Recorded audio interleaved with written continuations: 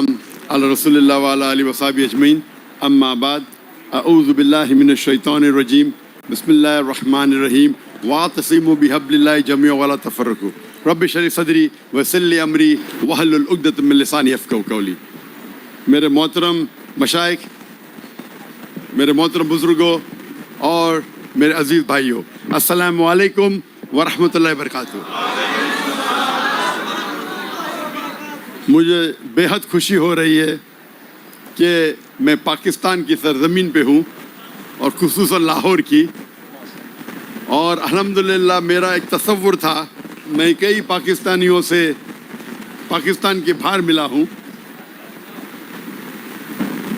اس کے پہلے میں کہنا چاہتا ہوں، جیسے آپ جانتے ہیں میری تعلیم انگریزی میں ہوئی ہے، تو اگر اس اردو کی چھوٹی سی تقریر میں غلطیاں ہوں گی تو اس کے لیے معذرت چاہتا ہوں۔ جو مجھے تصور تھا، جو پاکستانیوں سے ملتا تھا میں پاکستان کے باہر گلف کنٹری میں، چاہے Dubai, Saudi Arabia, Kuwait, Qatar, you کے، تو میرے ذہن میں تصور تھا میں پاکستان میں آؤں گا تو مجھے ایسا استقبال ہوگا، لیکن وہ تصور غلط ثابت ہوا۔ یہاں ماشاءاللہ 10 گنا زیادہ استقبال ہوا جو میرے ذہن میں تھا۔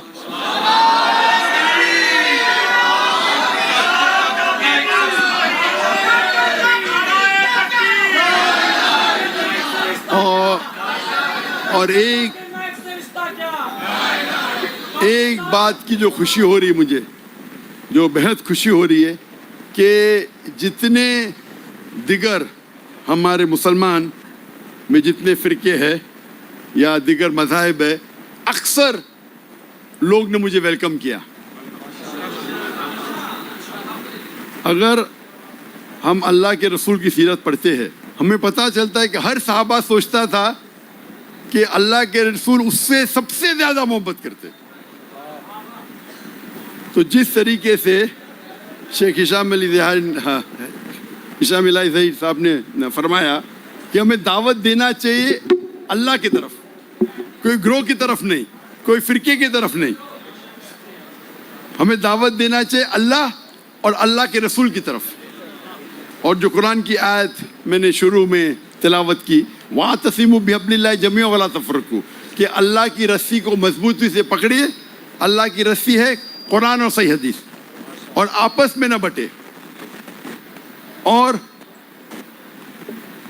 اگر ہم بڑے علماء کے نسبت میں رہتے ہیں تو پتہ چلتا ہے فرق کیا ہے، کیونکہ میں جب شاگردوں سے ملتا ہوں اور جب بڑے بڑے علماء سے ملتا ہوں، چاہے وہ اہل حدیث کے ہو، دیوبند کے ہو، یا چاہے ندوہ کے ہو، تو فرق یہ معلوم پڑتا ہے کہ ان لوگ دعوت دیتے اللہ کی طرف، اپنی طرف نہیں۔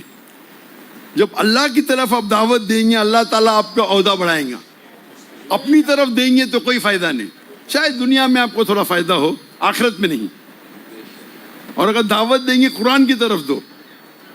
اگر آپ مدینہ سے فارغ ہیں اور کہتے ہیں مدنی مجھے کوئی اعتراض نہیں، آپ دیوبند سے فارغ ہیں، دیوبندی کہتے کوئی اعتراض نہیں، لیکن قرآن میں کیا لکھا ہے؟ قال اننی من المسلمین، کہو کیا مسلم ہے۔ آج کے تاریخ میں مسلمان 25% ہے، سب جگہ ہم پیٹے جا رہے۔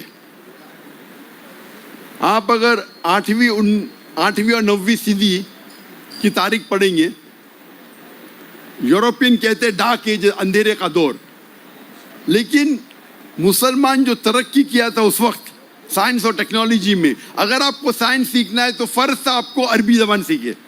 مسلمان عروج پہ تھے، کم تھے۔ آج ہماری تعداد زیادہ ہے، جو حدیث اللہ کے رسول کی ہے۔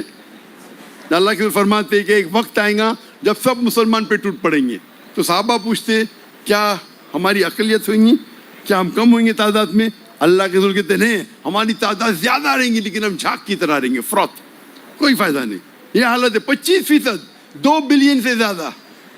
ہمیں فٹ بال کی طرح مارا جا رہا ہے سب جگہ۔ وہ یہ نہیں دیکھتے آپ حنفی ہے کہ حنبلی ہے کہ شافعی ہے کہ سلفی ہے کہ دیوبندی ہے، مسلمان مارو، اور ہم آپس میں جھگڑا کرتے۔ اگر ہم ایک ہو جائیں گے اور اللہ کے رسول کی اطاعت کریں گے، قرآن اور صحیح حدیث پہ عمل کریں گے، تو دیکھیں گے ہم پھر سے عروج پہ جائیں گے۔ میں صرف ایک بات کہنا چاہتا ہوں کہ جب آپ دعوت دیتے ہیں، ہم دیکھیں گے جتنے دیگر فرقے ہیں اس میں 95% یکسانیت ہے، 3، 4 یا 5% اختلاف ہے. جو قرآن کی آیت ہے ماسٹر کی آف دعویٰ میں ہمیشہ کہتا ہوں، سورہ عمران سورہ نمبر 3 آیت نمبر 64، تعالوا الی کلمۃ سواء بین بینکم، آؤ ہم اس بات کی طرف جو آپ اور ہم میں یکساں ہے. جب غیر مسلمان سے یہ فارمولہ استعمال کرتے، ہم مسلمان میں بھی اختلاف ہے تو فارمولہ استعمال کرو. اکثر لوگ کہتے ہیں میں ہی صحیح ہوں، میں کہتا ہوں میں بھی صحیح ہوں. یہ میں ہی صحیح ہوں اور میں بھی صحیح ہوں میں زمین آسمان کا فرق ہے. اور ایک بات آپ سمجھیے کہ آپ جب دعوت دیتے کچھ چیز ہوتی ہے فرض، کچھ چیز ہوتی ہے افضل، مستحب. اکثر جو اختلاف ہے وہ افضلیت پہ ہے. نماز کیسا پڑھنا چاہیے؟ سینے پہ ہاتھ رکھو. کوئی کہتا ہے کہ نیچے رکھو. اگر آپ کی تحقیق کہتی ہے کہ سینے پہ ہاتھ رکھو، بے شک رکھو. اس کی تحقیق کہتی ہے ناف کے نیچے رکھو، نو پرابلم. بس دونوں میں یہ نماز تو قبول ہوگی نا، نماز پڑھنے پہ بلاؤ. ہم کیا کرتے؟ افضلیت کی پہ جھگڑا کرتے اور فتنہ کرتے. قرآن میں لکھا ہے فتنہ قتل سے زیادہ خراب ہے. میں یہ نہیں کہتا ہوں کہ آپ جہاں آپ کو عمل کرنا ہے، میں عمل میں بہت شدت ہوں. آپ جانتے نہیں مجھے، اکثر لوگ جب میں عمل میں بہت شدت ہوں، کوئی بھی ہوں تو میں ہٹتا نہیں ہوں. دیکھو پینٹ پہنتا ہوں، میرا ٹراؤزر ٹھکنے کے اوپر ہے. اختلاف ہے، کچھ کہتے کہ سنت ہے، کچھ کہتے فرض ہے. امام ذہبی کہتے ہیں گناہ کبیرہ نیچے رکھیں گے، تو میں مانتا ہوں گناہ کبیرہ ہے. میں لیکن ٹھوسوں گا نہیں. آپ کہتے سنت ہے، نو پرابلم، ارے سنت تو فالو کرو. اس پہ جھگڑا نہیں کروں گا، جھگڑا کروں گا توحید پہ.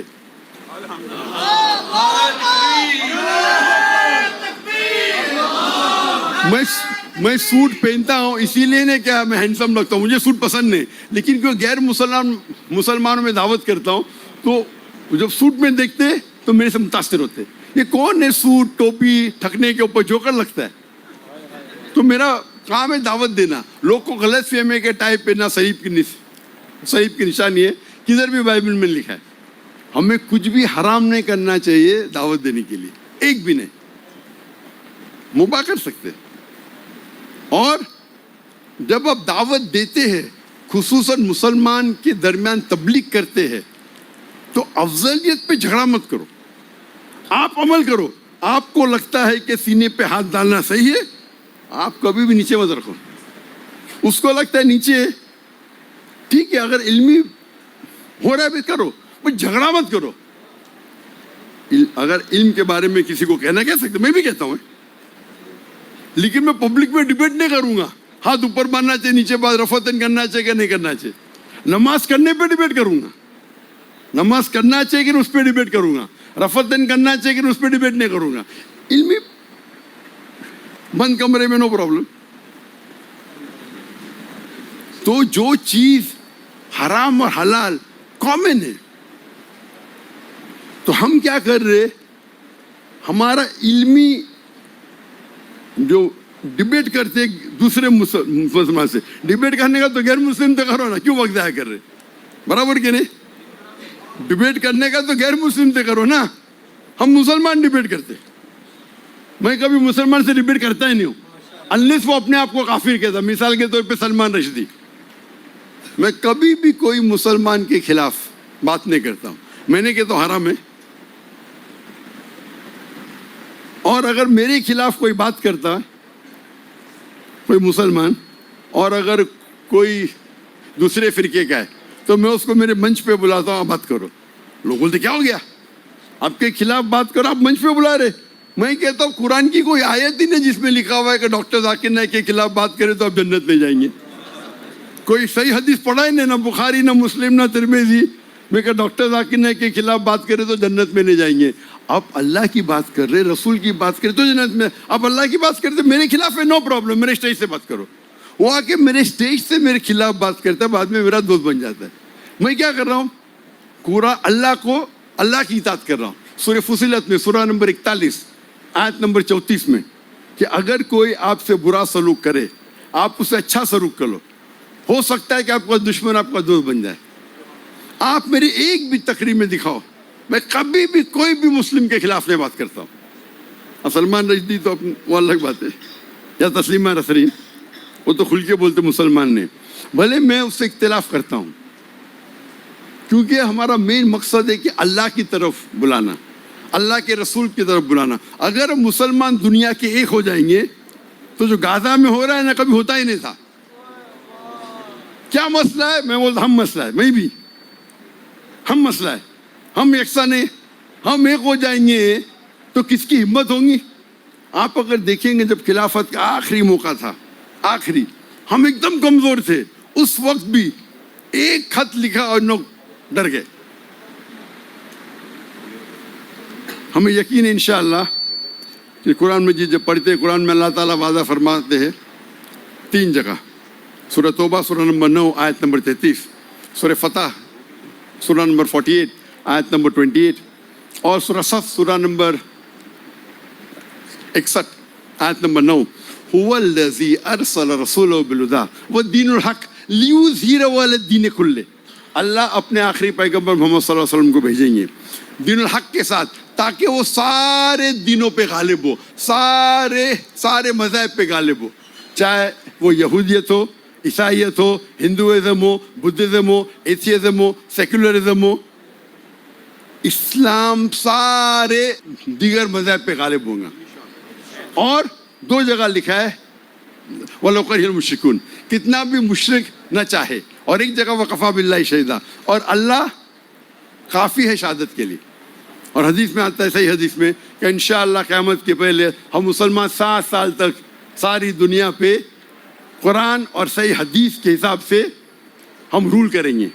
تو وہ ایک ٹنل ہے, لیکن ہم اگر اللہ کی رسی کو پکڑے, اور میں ختم کرنا چاہتا ہوں اس آیت سے جس آیت سے میں شروع کیا, وَاعْتَصِمُوا بِحَبْلِ اللَّهِ جَمِيعًا وَلَا تَفَرَّقُوا. آپ اللہ کی رسی کو, قرآن اور صحیح حدیث کو مضبوطی سے پکڑے, اس پہ عمل کیجئے اور آپس میں نہ بٹے. وآخر دعوانا الحمدللہ رب العالمین.